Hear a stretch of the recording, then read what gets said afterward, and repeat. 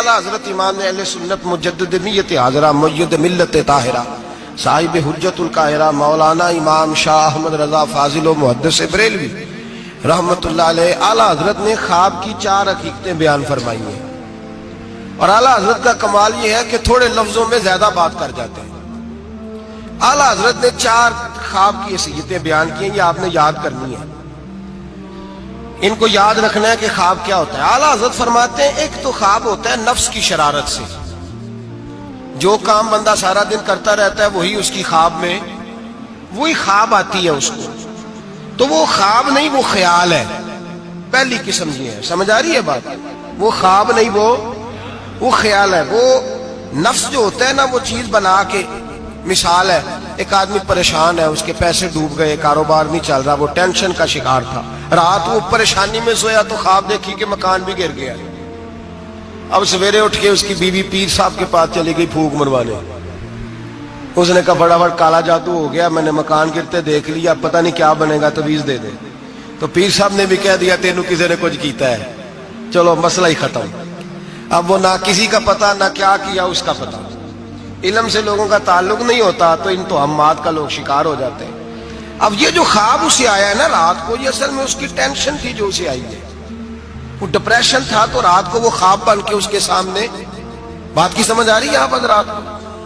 مجھ سے کئی لوگ آ کے کہتے ہیں خواب بڑے برے آتے ہیں، تو میں کہتا ہوں ٹھیک ہے، آپ برے ناول پڑھنے چھوڑ دیں، میڈیا پہ بری چیزیں دیکھنی چھوڑ دیں، آپ سارا دن بری سوچ سوچیں گے، معاذ اللہ غلط سوچ سوچیں گے تو خواب غلط آئے گا، اور اگر آپ سارا دن درود پڑھیں گے، قرآن پڑھیں گے، رسول اللہ کی نعت سنیں گے تو رات کو انشاءاللہ تعالی حسن مصطفیٰ کے جلوے بھی نظر آئیں گے۔ تو آپ دیکھیں نا دن میں کیا کر رہے ہیں، تو جس طرح کا خیال ہے شام کو اسی طرح کا خواب۔ میں اکثر کہتا ہوں کہ اللہ تبارک و تعالیٰ کے حبیب نے فرمایا ہے کہ تو جس طرح کا ذہن بنائے گا رب بھی تیرے ساتھ اسی طرح کا بن جائے گا، تو تو اپنے ذہن کو صاف رکھ، اللہ تیرے تصورات کو، تو رات کو خواب اسی طرح۔ ہمارے چھت پہ میں اپنے ابا جی کے ساتھ سویا کرتا تھا، اور وہ زندگی کے بڑے خوبصورت لمحات تھے، وہ اپنی زندگی کے تجربات بیان کیا کرتے تھے۔ تو یہ جو موسم آتا تھا گرمیوں کا، اس موسم میں آپ کو پتہ ہے کہ گھروں میں جو ہماری طرح کے غریب گھرانے ہوتے تھے وہ چھت پہ چارپائی لگایا کرتے تھے، تو چھت پہ سویا کرتے تھے، تو ساتھ ایک پڑوسی رہتا تھا جو بس پہ نا بیچارہ مزدوری کرتا تھا، کیا کنڈکٹر کہتے ہیں کلینر کہتے ہیں، تو وہ جو رات ذرا نیند آنے کا وقت ہوتا تو وہ سواریاں چڑھانی شروع کر دیتا، کہتا جس نے مرید کے جانا ہے آ جاؤ، وہ شور کرتا، تو کہتا لاہور والے فٹافٹ آ جائیں، پھر کئی دفعہ وہ رستے میں شجرے والوں کو اتارنا بھی شروع کر دیتا، تو شور کرتا اونچی اونچی آواز میں۔ تو مجھے وہ بڑا اس وقت خفگی ہوتی، ناراضگی ہوتی، میں کہتا ابا یہ سونے نہیں دیتا تو اس کو جگائے، یا پھر سویرے ہم نے نہیں چھت پہ سونا، سین پہ سو جائیں گے، تو ابا جی کہتے بیٹا مزدور ہے، تو بیچارہ سارا دن جو کرتا ہے وہی اسے خواب میں، تو اب اس سے بندہ ڈر جائے، پریشان ہو جائے، اٹھ کے کہے پتہ نہیں سویرے کیا ہونے لگا ہے، او بھائی خواب ہی آئی ہے، کچھ نہیں ہوا، اس کو اس سے اتنی یہ بری چیز نہیں جتنا ہم لے لیتے۔ تو پہلی بات یہ ہے کہ جس بندے نے یہ تصورات ہوتے ہیں نا، آپ تصورات میں جائیں، آپ تصور، کچھ لوگ ایسے بھی ہیں جو سارا دن محفل میں رہتے ہیں تو رات کو سوتے ہیں تو خواب میں بھی نعت ہی سن رہے ہوتے ہیں، کوئی حدیث ہی بیان ہو رہی ہوتی ہے، کسی حدیث پر ہی تبصرہ ہو رہا ہوتا ہے، تو بھائی جو کام آپ سارا دن کریں گے وہی رات کو خواب میں آئے گا۔ ایک دوست ہے بڑی محبت والا، کہنے لگا حضرت صاحب راتی خواب میں بڑے پیسے دیکھے نے، دعا کرو اللہ دے چھڈے۔ میں کہ ساری دیہڑی پیسے سوچیے تو رات کو ہونے ہی نہیں نا، جو سوچنا ہے وہی رات کو خواب میں، تو سوچا سارا دن تو نے پیسے تو آ گئے تیری خواب میں، تو چلو میں نے کہا خواب کا تو مزہ لینا، پھر اللہ تبارک و تعالیٰ فضل کرے گا، آ ہی جائیں گے اس کے کرم سے۔ عام دام برسر مطلب پہلی خواب وہ ہے جو نفس کی شرارت ہے، جو آپ کے اندر ہوتا ہے وہ سامنے آ جاتا ہے۔ ڈراؤنی چیزیں نہ دیکھیں، برے ناول نہ پڑھیں، کوئی سوچ اپنی غلط نہ کریں تو انشاءاللہ خواب برا۔ بات کی سمجھ آ رہی ہے حضرات؟ ایک دوسرا خواب، میرے اعلیٰ حضرت فرماتے ہیں اکثر شیطان آدمی سے کھیلتا ہے۔ خود نبی کریم صلی اللہ علیہ وسلم نے فرمایا کہ شیطان رات کو آدمی کی ناک پہ بیٹھ کے وقت گزارتا ہے۔ صحابہ نے عرض کیا یا رسول اللہ صلی اللہ علیہ وسلم وہ ناک پہ کیوں بیٹھتا ہے؟ تو حضور فرماتے ہیں اس لیے کہ اگر رات کو، وہ کہتا ہے اگر بندہ مرنے لگا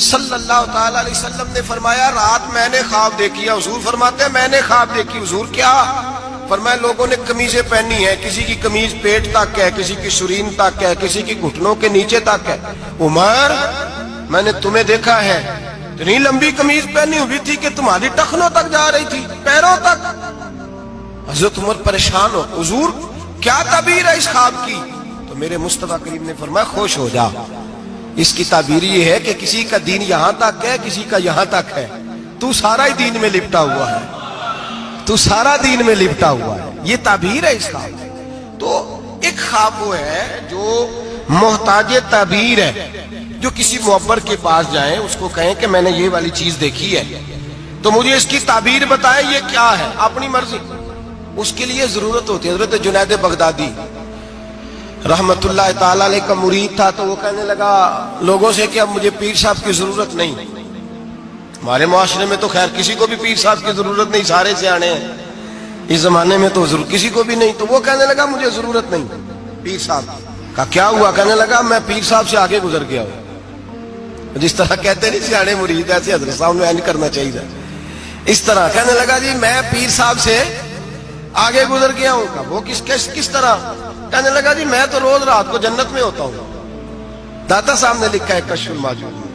تو حضرت جنید بغدادی رحمت اللہ علیہ کو کسی نے آ کے بتایا تو آپ تشریف لے گئے. فرمانے لگے یار کس جنت میں ہوتا ہے؟ کہنے لگا بابا جی آپ تو بیٹھے ہوتے ہیں بغداد کی مسجد میں, تو میں تو رات جنت کی سیر کرتا ہوں. فرمانے لگے آج رات جنت جائے تو ایک دفعہ لاہور بھی پڑھ لینا.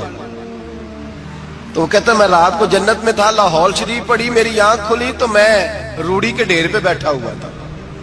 دوڑا گیا حضرت جنید بغدادی کو, حضور یہ کیا ہے؟ آپ فرمانے لگے تو میرے پاس آتا تھا تو پرہیزگار بننے لگ گیا تھا, تیرے اندر تقوی پیدا ہونے لگا تھا, تو رب رب کرنے لگا تھا. شیطان آیا ہے تجھے بہکایا ہے, مجھ سے دور کیا ہے تاکہ تو دین نہ سیکھ جائے. کسی نہ کسی طریقے سے تیرے ذہن پہ اس نے کنٹرول ڈالا ہے, کوئی نہ کوئی بہانہ لگا کے تجھے پیچھے, اور تو بیوقوف اس کے چکر میں آ گیا ہے. لیکن میں تجھ سے ناراض نہیں ہوں گا, میرا تیرا رشتہ دینداری کا رشتہ ہے. تو آ جا نئے سرے سے رب رسول کا دین سیکھ, میں تیری نئے سرے سے تربیت کرنے کو تیار ہوں. تو میرے بھائی محتاج ہے, آپ کو کوئی ایسا خواب آئے تو وہ تعبیر کا محتاج ہے. اس کی تعبیر پوچھیں کسی بندے سے, معبر سے پوچھیں, اس سے پوچھیں کہ اس کا کیا مطلب ہے. خود بخود گھڑ نہ لیں. اور وہ بھی میں نے کہا تعبیر بتانے والا بھی حتمی علم تو امام مالک سے. ہارون رشید نے کہا اس سوال کا جواب دیں. فرمانے لگے مجھے نہیں آتا. تو کہنے لگا اتنے بڑے امام ہو تو اس سوال کا جواب نہیں آتا. آپ فرمانے لگے اگر مجھے ہر سوال کا جواب آتا پھر میں خدا ہوتا, کیونکہ ہر سوال کا جواب اللہ کے پاس. تو بھائی یاد رکھ لیں اور سمجھ لیں. تیسرا خواب جو فرشتے کی طرف سے القاء ہوتا ہے اس کی تعبیر کی ضرورت پڑتی ہے. 3 خواب سمجھ میں آ گئے آپ حضرات کے؟ یہ 3 قسمیں. اب چوتھی اور آخری قسم سنیں. اعلیٰ حضرت فرماتے ہیں چوتھا خواب وہ ہے جو خالصتاً اللہ کی طرف سے بندے کو نصیب ہوتا ہے.